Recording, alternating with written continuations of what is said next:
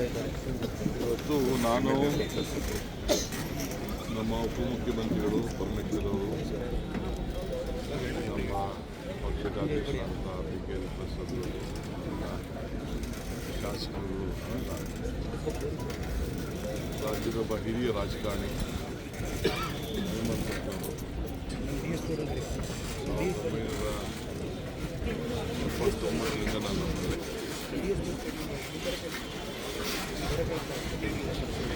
Railway commission ಅಧ್ಯಕ್ಷರಾಗಿ ಕೆಲಸ ಮಾಡ್ತೀನಿ. ಅದಾದ ನಂತರ ಅವರು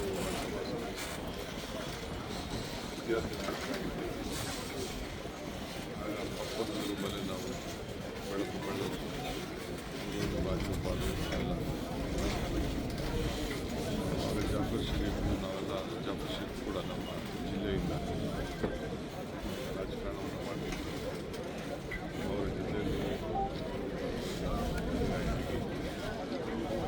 ಎಲ್ಲ ಸಂದರ್ಭದಲ್ಲೂ ಕೂಡ ಎಲ್ಲ ವರ್ಗದ ಜನರ ಬಗ್ಗೆ ಅಪಾರವಾದಂಥ ವಿಶ್ವಾಸ ಇದೆ. ಇವತ್ತು ಅವರ ದೇಹ ಕುಸಿದೋಗಿರ್ಬೋದು, ಆದರೆ ಅವರ ಭಾವನೆಗಳು, ಅವರ ಆಚಾರಗಳು, ವಿಚಾರಗಳು ಇಂದು ಕೂಡ ಬದುಕಿದೆ.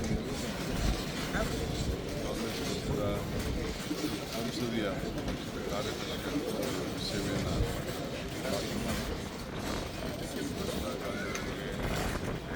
ರಾಜೀವ್ ಗಾಂಧಿ ಅವರಿಗೆ, ಸೋನಿಯಾ ಗಾಂಧಿ ಅವರಿಗೆ ಕೂಡ ವಿವಿಧ ಮಾರ್ಗದರ್ಶನ ಸಂಸತ್ನಲ್ಲಿ 3 ಬಾರಿ ಸತತವಾಗಿ ಲೋಕಸಭೆಯಲ್ಲಿ ಆಯ್ಕೆಯಾಗಿ ಸೇವೆಯನ್ನು ಮಾಡಿದ್ದಾರೆ. ಚಿತ್ರದುರ್ಗದ ಅನೇಕ ಯೋಜನೆಗಳಿಗೆ, ಕೃಷಿ ಯೋಜನೆಗಳಿಗೆ, ನೀರಾವರಿ ಯೋಜನೆಗಳಿಗೆ ಭಾಳ ದೊಡ್ಡ ಹೋರಾಟವನ್ನು ಅನೇಕ ಸಂಸದೀಯ ವ್ಯವಸ್ಥೆಯಲ್ಲಿ ಬೇಕಾದಷ್ಟು ಬದಲಾವಣೆ ತಂದಿದ್ದ ಸಂದರ್ಭದಲ್ಲಿ ಭಾಳ ಮುನ್ಸೂಚನೆಯಲ್ಲಿ ಅವರು ಸಲಹೆಯನ್ನು ನಮ್ಮ ಆತ್ಮೀಯ ನಾಯಕರು ಎಲ್ಲ ಇವತ್ತು ನಾವೆಲ್ಲ ಅವರಿಗೆ ಗೌರವವನ್ನು ಸಲ್ಲಿಸಬೇಕು.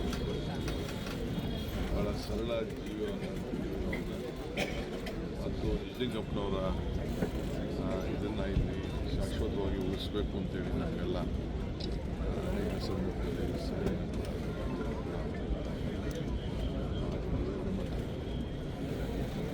ಸರ್ಕಾರದಿಂದ ಅವರಿಗೆ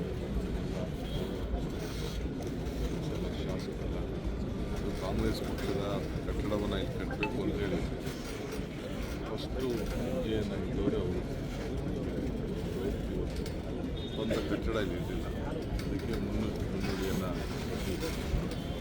ನಮ್ಮ ಕಾರ್ಯಕರ್ತರನ್ನು ಒಟ್ಟೊಟ್ಟಿಗೆ ಕೆಲಸ ಮಾಡಬಾರ್ದು. ಆತ್ಮಹತ್ಯೆ ಸಂದು ಅವರೆಲ್ಲ ಕುಟುಂಬದವರು ಸ್ವಲ್ಪ ರಾಜಕಾರಣದಲ್ಲಿ ಯಾರನ್ನೂ ಬೆಳೆಸಲಿಲ್ಲ, ಕೊಟ್ಟಿಲ್ಲ. ಬೇಕಾದಷ್ಟು ಜನ ನಾಯಕರುಗಳಿಗೆ ಸಹಾಯ ಮಾಡಿದ್ದಾರೆ. ದೇವರು ಕೂಡ ಇವತ್ತಿಂದೇವರೆಗೂ ಕೂಡ ಅವ್ರು ಮಾಡಿದಂಥ ಕಾರ್ಯಗಳು ಇವತ್ತು ಕೂಡ ನೆನಪಾಗಿ ಶಾಶ್ವತವಾಗಿ ಉಳಿತವೆ. ಇದನ್ನು ರೈಲ್ವೆ ಕಮಿಷನ್ ಚೇರ್ಮನ್ ಆದಂಥ ಸಂದರ್ಭದಲ್ಲಿ ಭಾಳ ಪಾರದರ್ಶತೆಯನ್ನು ಪ್ರಾರಂಭ ಮಾಡಿದಂಥ ಅಧ್ಯಕ್ಷರು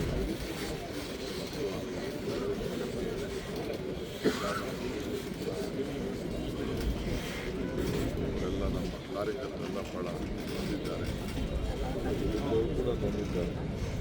ಎಲ್ಲರೂ ಕೂಡ ಧೈರ್ಯ ಕೊಡಬೇಕಂತ ಸರ್ಕಾರದ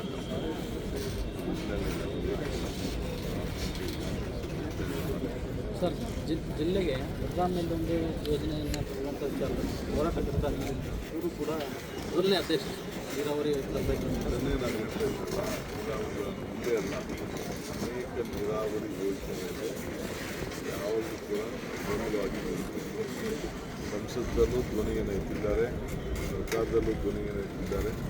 ಅವರು ಎಲ್ಲನೂ ಕೂಡ ಜಿಲ್ಲೆಯಲ್ಲಿ ಒಟ್ಟೊಟ್ಟು ಇರಬೇಕು ಅಂತ ಕೆಲಸವನ್ನು ಅವರು ಮಾಡಿದ್ದಾರೆ. ಚಿತ್ರದುರ್ಗ ಸೇರಿದಂತೆ ರಾಜ್ಯದ ಹಲವೆಡೆ ಬರ ತಾಂಡವಾಡ್ತಿದೆ, ಮಳೆ ಆಗ್ತಿಲ್ಲ ಅಂತ ರೈತರು ಹೋರಾಟ. ಮತ್ತು ಇವತ್ತು ಉಪಮುಖ್ಯಮಂತ್ರಿಗಳನ್ನು ನಾನು ಮಾತಾಡ್ತೀನಿ. ನಾವು ಬೆಂಗಳೂರು ಡಿವಿಷನ್ ಮೀಟಿಂಗ್ ಮಾಡಬೇಕು ಅನ್ನೋದಿದೆ. ಇವತ್ತು ನಾನು ಡೆಪ್ಟಿ CM ಅಂತ ಮಾತಾಡಿ ಎಲ್ಲದನ್ನು ಮಾಡಬೇಕು ಅಂತೇಳಿ ನಾನು